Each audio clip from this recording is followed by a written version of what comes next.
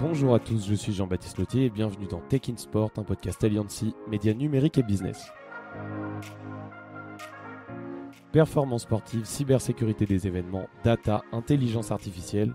Dans ce podcast, nous allons décrypter tous les impacts du numérique sur le monde du sport, avec en ligne de mire les JO de Paris 2024. Aujourd'hui, nous allons évoquer les technologies aidant à la sûreté des Jeux Olympiques. Pour ça, nous sommes avec un expert qui travaille sur ce projet. Bonjour à vous. Bonjour Jean-Baptiste. Alors dans ce podcast, on ne va pas pouvoir dire qui vous êtes, on va devoir garder votre anonymat ainsi que celui de votre entreprise pour des raisons contractuelles que vous avez avec l'organisation. Et vous êtes missionné pendant les JO de Paris 2024. Tout à fait. On va développer des solutions qui sont à même de gérer la sûreté d'un site, donc la vidéosurveillance, le contrôle d'accès. Ça va aussi être l'interphonie, la gestion des plaques d'immatriculation et l'intrusion pour l'ensemble des sites. Donc tout ça pour les JO de Paris 2024. Donc vous disiez les contrôles d'accès, c'est-à-dire que vous êtes capable de faire différentes zones sur un site. Prenons le Stade de France par exemple. Il y a une problématique de compartimentation, je dirais, des zones, avec des accès à des zones pour les visiteurs, des zones techniques, des zones de VIP ou de personnalité. Donc il faut qu'on donne accès à la bonne personne au bon moment. Et le bon moment est important parce qu'un stade peut être en gestion mise en place, gestion pendant l'événement ou gestion après l'événement. Donc à certains moments, on va donner plus ou moins de droits d'accès à certaines personnes dans certains cas. Et c'est-à-dire que vos solutions, elles s'adaptent sur les contrôles d'accès qu'il y a déjà au Stade de France, sur les différentes vidéosurveillances. Notre produit, il est ouvert à l'ensemble d'un hardware, quelle que soit la marque. Donc on doit être à même de supporter des caméras de différents fabricants, des matériels de contrôle d'accès des différents fabricants, idem pour l'intrusion, la lecture de plaques et également, je dirais, l'interphonie. Et il faut que l'opérateur, on lui définisse une tâche à exécuter qui va pouvoir impliquer une porte, une caméra. Avant d'ouvrir une porte, pourquoi pas, il y a une levée de doute par vidéo. Ou en cas de problème, on va donner plus ou moins d'accès à certaines zones du stade. Quand vous disiez intrusion, c'est-à-dire? Typiquement, la nuit, dans un stade ou dans un gymnase, il doit y avoir personne. Donc comme on a à la maison une centrale d'intrusion qui permet de remonter une alarme s'il y a une présence alors que le site doit être inoccupé, c'est exactement la même chose pour des stades ou dans des locaux techniques. Il est hors de question qu'il y ait de la présence dans des locaux techniques. Donc même pendant un événement, on doit remonter une alarme si à un moment quelqu'un se rendait dans un local technique. Et donc pendant les Jeux Olympiques, vous allez être sur à peu près un site sur deux, c'est ça? Et sur à peu près un site sur deux, nos solutions sont présentes, mais un peu plus que ça, parce que quand on pense aux Jeux Olympiques, on pense site, donc l'endroit où a lieu l'événement, mais les Jeux Olympiques, c'est plus que ça, c'est également le parvis. Le parvis qui est géré par la ville, les moyens de transport pour accéder au site, que ce soit du train, que ce soit de l'autoroute, que ce soit des véhicules officiels. C'est-à-dire que vous allez pouvoir gérer la sûreté dans tous les accès jusqu'au stade.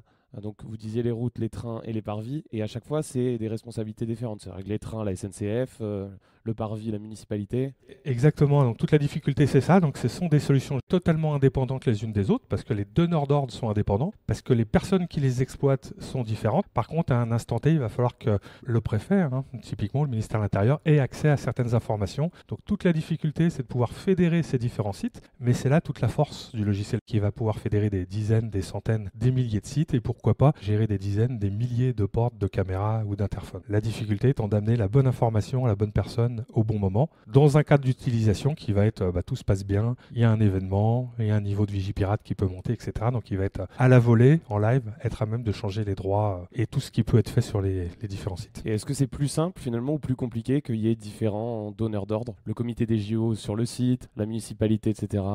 Plus simple ou plus compliqué, en fait, on n'a pas le choix. Tout simplement, c'est des régimes ou des législations totalement différentes, des responsabilités totalement différentes. Dans le cadre des Jeux Olympiques, le stade est géré par le COJO, le comité des Jeux Olympiques. La loi fait que dès qu'on est sur le parvis, on est dans une ville. Donc cette fois-ci, c'est tout ce qui est législation qui concerne l'espace urbain. Vous rentrez dans le train, typiquement, là, vous avez la sûreté de la SNCF qui va devoir gérer. Donc vous avez des autorités totalement différentes. Donc, nous, c'est complexe techniquement ou technologiquement, mais par contre, derrière, il faut totalement respecter ce qu'on nous demande et puis surtout la législation qui permet à une personne à un instant T d'accéder à une, deux ou trois caméras ou à un, deux ou trois sites spécifiques pour avoir accès à la bonne information et prendre la bonne décision. Oui, par rapport à ce que vous faites d'habitude, sécuriser des JO comme ça, à toutes les échelles, est-ce que c'est vraiment différent? C'est plus gros, c'est plus dur? C'est la volumétrie qui est un petit peu plus différente. C'est le nombre de personnes qui vont exploiter le système qui va être un peu différent parce que si on prend une Coupe du Monde de rugby, c'est un stade à un instant T, etc. Là, à Paris, vous allez avoir des multisites olympiques au même moment qui vont être exploités et donc les images vont être envoyées à des centres de crise qui vont à un moment gérer, si on prend à Saint-Denis, vous avez la piscine d'un côté, vous avez le stade de l'autre côté, vous avez un certain nombre de sites et c'est surtout les forces de l'ordre qui vont être en volume volume à même de gérer beaucoup plus d'informations simultanément. Donc c'est la volumétrie qui est beaucoup plus compliquée sur les Jeux Olympiques. Vous allez aussi gérer les accès au village olympique? Oui, alors le village olympique, c'est un endroit très sympathique. C'est vraiment, le terme est bon, c'est gestion des accès, c'est pas vraiment du contrôle d'accès. C'est une mauvaise traduction d'ailleurs. C'est la gestion des accès, c'est donner accès à la bonne personne au bon moment selon ses droits. Donc c'est plutôt une liberté d'accès aux personnes qui doivent pouvoir rentrer sur le site avec la traçabilité qui va avec. Donc imaginez, on parlait de multisites, il faut imaginer qu'en termes de sécurité, à un instant T, peut-être que les autorités voudront suivre des sportifs qui vont partir du village, qui vont monter dans le bus, qui vont circuler sur le périphérique, qui vont arriver sur le parvis, qui vont rentrer dans le stade et qui vont être dans des zones. Donc il y aura sûrement des problématiques un peu compliquées de sécurité avec certaines équipes de certaines nationalités qui vont demander une traçabilité, une gestion des flux très conséquente. Et si vous prenez cet exemple de gestion des flux, ça va être tracé par le contrôle d'accès, ensuite par les vidéosurveillances, puis ensuite un autre contrôle d'accès à l'arrivée sur le site? Exactement, après c'est une problématique de badge si on parle des athlètes, mais en termes juste de surveillance, vidéosurveillance pour voir s'il n'y a pas de problème d'agression d'un bus, comme on a vu ça sur des matchs de foot récemment, ça peut permettre aux autorités, sur une équipe nationale un peu sensible, d'avoir un suivi au-delà des patrouilles, au-delà des escortes humaines et tout ce qui est autour, permettre aux décideurs d'un instant T de voir partir du village jusqu'à son site événementiel, en fait, là où il doit faire son épreuve. Idem pour le retour. Et donc selon l'événement, donc au départ il y a des types d'accès spécifiques pour un site, et selon l'événement, selon ce qui s'y passe, vous pouvez modifier, donner des accès différents selon des directives qui peuvent venir des autorités, de la préfecture. Exactement. Plusieurs cas. Le cas qu'on connaît beaucoup avec le football, c'est la vidéosurveillance, c'est beaucoup utilisé pour les gens qui vont faire des débordements. Quelqu'un qui va allumer un fumigène. Donc une fois que le fumigène est allumé, tout de suite il va y avoir une enquête qui va aller regarder les quelques secondes, quelques minutes avant que la personne allume le fumigène pour voir qui c'est et par où cette personne a accédé. Est-ce que le fumigène lui a été donné sur place? Est-ce qu'il l'a trouvé sur place? Est-ce qu'il a passé la palpation avec le fumigène? Donc rapidement, ça va permettre de regarder le flux de la personne. Bon là, jusqu'à un fumigène, il n'y a pas de problématique spécifique.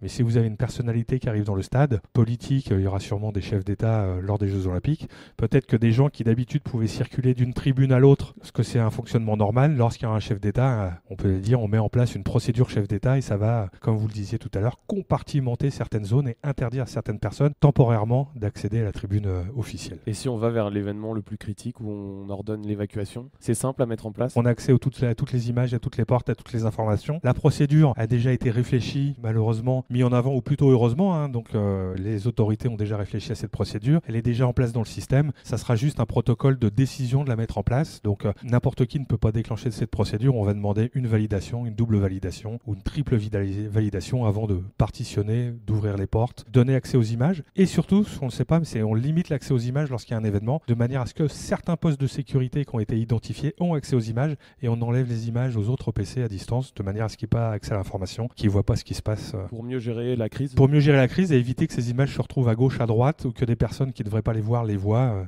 Que les autorités qui verront les images, les personnes du stade ou la gestion du stade qui gère, je ne sais pas, les entrées-sorties des véhicules n'auront plus accès aux images. Et en cas d'enquête future, et a posteriori, on peut récupérer quand même les images Alors oui, donc là, c'est la législation qui définit l'utilisation, la durée d'enregistrement des images, mais c'est aussi une des parts les plus importantes de la vidéosurveillance. C'est que bien sûr que c'est intéressant en live pour prendre la décision, à très court terme pour voir ce qui s'est passé, pour voir si c'est un groupe de personnes, ou accéder à la personne quand on prenait le cas du fumigène. Mais par contre, a posteriori, si on veut comprendre ce qui s'est passé, on peut regarder quelques minutes, quelques heures, quelques jours avant ou quelques semaines avant, si la législation permettait de garder des images pour voir qu'est-ce qui a été mis en place dans le cas d'événements majeurs. C'est une réflexion qui peut avoir eu lieu des semaines avant l'événement en fait. Et pour les Jeux Olympiques, est-ce que la réglementation elle est plus stricte que pour les événements que vous gérez d'habitude? Il y a quelques décrets spécifiques qui ont été mis en place propres aux Jeux Olympiques, mais ça concerne beaucoup la gestion des flux de personnes, typiquement la circulation des bus, des voies sur les autoroutes, donc il y a des décrets temporaires. Et puis sur l'évaluation, sur l'intelligence artificielle dont on parlera un petit peu plus tard, là aussi il y a eu des décrets spécifiques qui ont été votés par l'Assemblée nationale. Vous n'allez pas être pendant les JO directement impliqué, là vous allez donner les clés au comité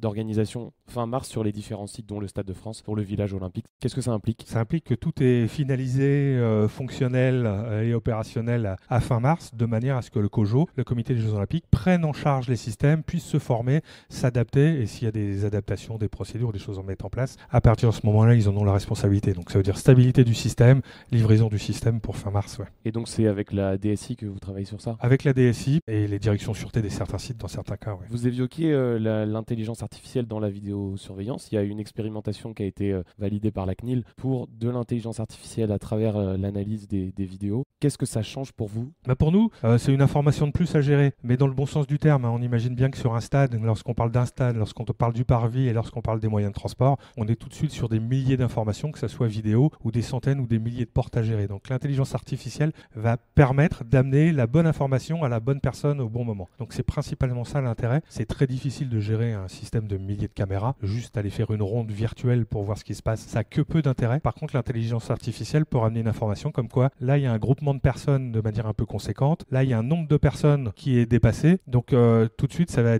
demander à l'opérateur de regarder plutôt dans cette zone s'il y a une problématique particulière à traiter, justifié, pas justifié. Un exemple qui peut être très simple, c'est si vous avez l'accès sur un stade, vous rentrez souvent par 4, 5, 6 portes différentes. Si vous estimez que le taux de remplissage de votre tribune A est à 95%, rien que le fait d'avoir cette information, ça vous permet de déplacer vos équipes de sûreté pour faire de la palpation à l'accès de la tribune B qui est à 80%. Donc il va y avoir un afflux de personnes, donc des temps d'attente, donc ça va commencer à pousser et ça peut créer des problématiques. Comment vous voyez ça, le fait qu'on ait donné l'opportunité d'une expérimentation pendant les Jeux Olympiques? Je pense que c'est une bonne chose parce qu'au moins il y a une législation qui est bien définie, il y a un cadre qui est bien défini, c'est une durée aussi, une temporalité qui est jusqu'au début 2025. Donc ça permettra dans un cadre très clair de savoir ce qu'on peut faire et ne pas faire, le mettre en place, ça va permettre d'étudier ce que ça apporte, l'usage, l'information supplémentaire que ça apporte. Et je pense qu'après, le fait de débriefer ça post-Jeux Olympiques, on va voir tout de suite si ça a pu amener de l'information, faciliter le travail des opérateurs. Donc je pense que c'est une très bonne chose et comme c'est très bien cadré, au moins ça évitera, je dirais, tous les dérapages ou l'idéologie qui va autour de l'intelligence artificielle.